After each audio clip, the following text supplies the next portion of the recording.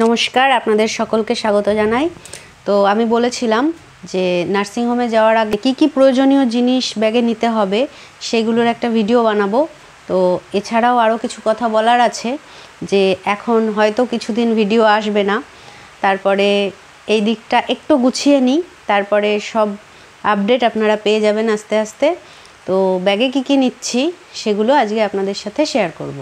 দরকারি জিনিস বলতে যেগুলো বলা হয়েছে নার্সিংহোম থেকে, যে 3টে নরম দেখে সুতির কাপড় লাগবে, একটা ধুতি লাগবে সুতির, আর ইউজ করার মতো একটা গামছা, আর মাথার তেল, চিরুনি, সাবান, মোবাইলের চার্জার, এগুলো তো দরকারি, তাই এগুলো তো সঙ্গে করে নিতেই হবে।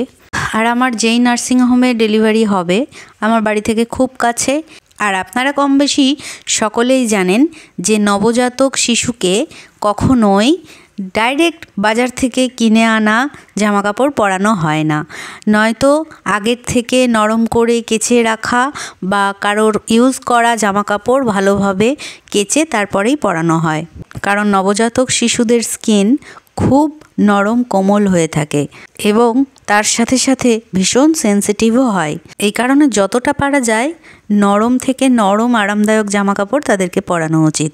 তবে এই বিষয়ে আরও একটি কথা বলে রাখি, অনেকেই চান না যে বাচ্চা ভূমিষ্ঠ হওয়ার আগে তার জন্য কিছু কিনতে, কিন্তু এখন যেহেতু যুগটা অনেকটা এগিয়ে গেছে, এই কারণে বাচ্চার সেফটির কথা ভেবে আপনারা অবশ্যই সুতির নরম 2টো নবজাতকের জামা অবশ্যই কিনে ধুয়ে রেখে দেবেন।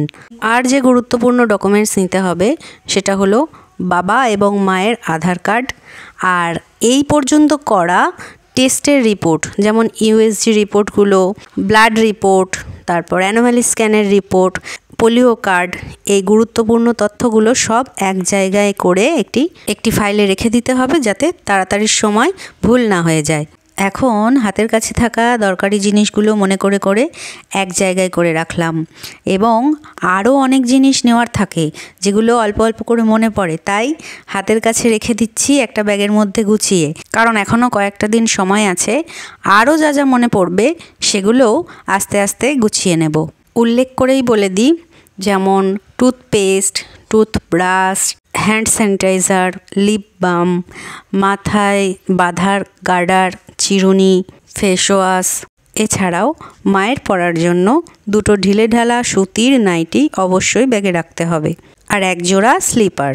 গরমকালে বেবি ডেলিভারির জন্য এই জিনিসগুলো আবশ্যক।